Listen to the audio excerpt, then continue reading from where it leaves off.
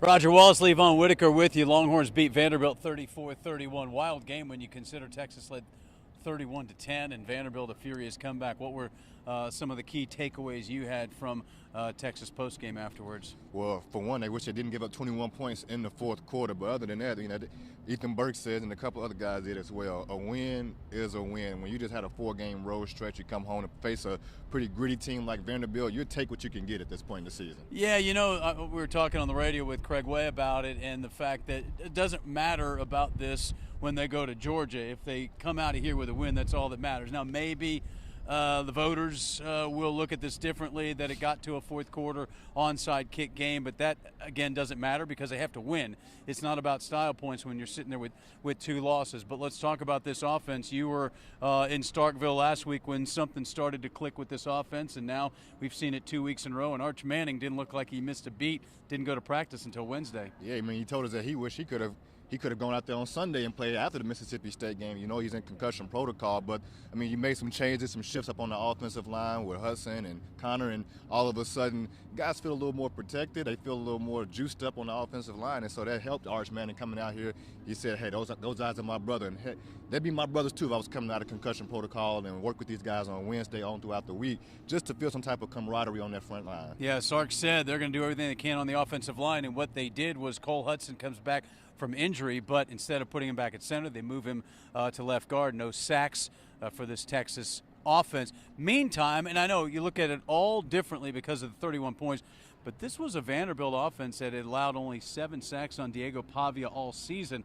Longhorns get to him 6 times, so the front was causing some problems. Probably is Pavia's a magician back there, so he can make you look bad too. Yeah, well, Colin Simmons was the guy that kind of got things started. I mean, especially in that first quarter. I mean, he was like bacteria just everywhere across the field. I mean, good bacteria, that is. But, you know, the defensive front, they just found a way, even with guys leaving the game. Jelani McDonald, no Michael Taft, that defensive front, that front 7 was very important today. All right, let's talk about that because Ryan Wingo takes the first play of the game, 75 to the house, similar to the Mississippi State game. I mentioned that to Sark. He said we had a couple of different wrinkles in there. Well, one was they got it to the end zone.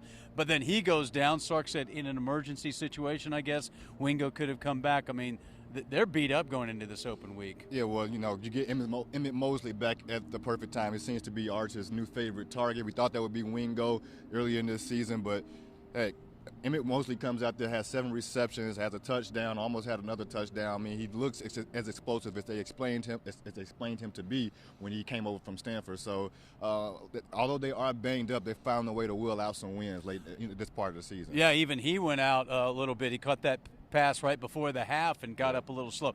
10 different guys catch balls from Arch Manning. Of course, they've got a bevy of tight ends. But again, this offense looks like it's starting to hit its stride. Now Georgia's defense will be a whole different story in 2 weeks. But I think Arch is starting to answer some of the questions that everybody had after Florida, after UTEP, and now seeing what he's done here in this stretch. Kentucky was rough, but you know they found a way to win.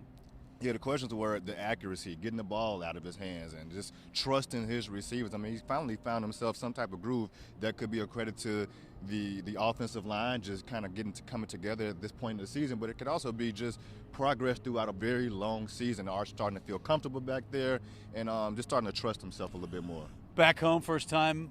Well documented, 42 days. You've been with him every step of the way since then. What was it like? What was the atmosphere like for an 11 a.m. kick, knowing that these fans haven't watched them play on this field in a long time? I mean, they're just happy to be home. No place like home, as they say in The Wizard of Oz. So it was good to have I'm sure the team felt it was good to have the fans rooting for them for once. I mean, you go 4 straight weeks without that.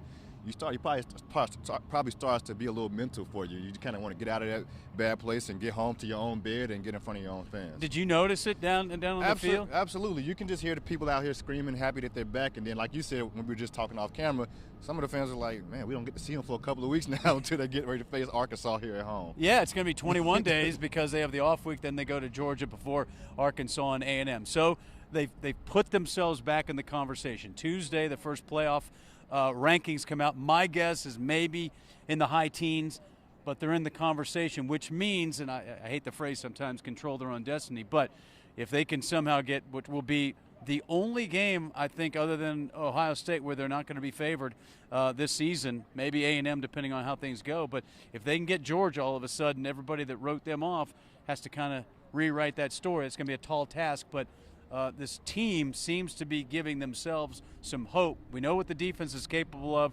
They've struggled a little bit the last 2 weeks at times, but now you're seeing an offense that appears pretty dangerous. Yeah, I mean, well, the good thing for Texas is that Georgia doesn't look like the Georgia of the past, that we know them to be very dominant in the SEC.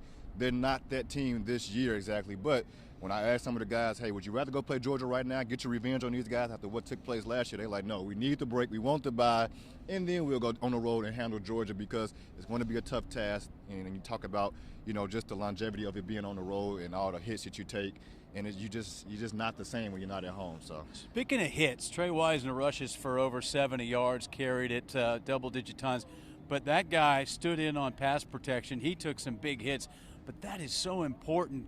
Because Arch was struggling with protection earlier in the season, and for him to stick his nose in there in the offensive line, that's a dirty job that doesn't go unnoticed. Well, normally you hear the receivers say no block, no rock, but for the running backs, you can get back there and get dirty and stick your feet in the ground and block those big guys coming down the lane at Arch Manning. He's taken enough sacks this season. It's certainly going to help give him time to find guys like Emmett Mosley and Jack injuries and DeAndre Moore. Hit these guys because they're explosive receivers. We've seen what Wingo could do with his speed on the outside, and it's kind of the same for the rest of that wide receiver room. I know Sark didn't want it to end the way it did as far as getting close, but I know he mentioned something about he'll have their attention for the next couple of weeks. Yeah, I'm sure he's going to have their attention. He said this was not the outcome they wanted. They could have just buried this team in the third quarter and walked away with the win. They would have loved to do so, but he gives them a little extra motivation, he said, to get on their case this week. Even though it's a bye week, but you do it this week and you do it next week going into Georgia, and you hope that it have some positive reinforcement. This win streak started with a win over number 6 Oklahoma.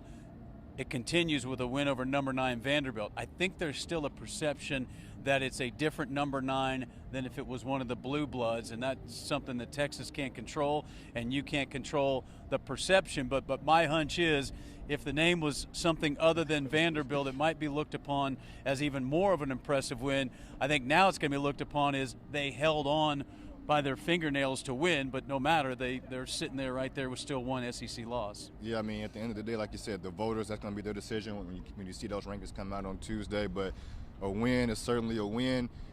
And I agree with you that if this was another team that was not named Vanderbilt, one of those blue blood power schools, that this would be a totally different situation. But you got to give Vanderbilt credit where credit is due. They play very well, not just at home but on the road this season. They look like a great team, and you saw that in the fourth quarter where they couldn't get their way the first 3, and then they kind of just left their print on Texas. And like you said, hey, they'd be happy they don't have to see Diego Pavia ever again. Yeah, and this place was unbelievable for the game, Levon. I know it was a big recruiting weekend.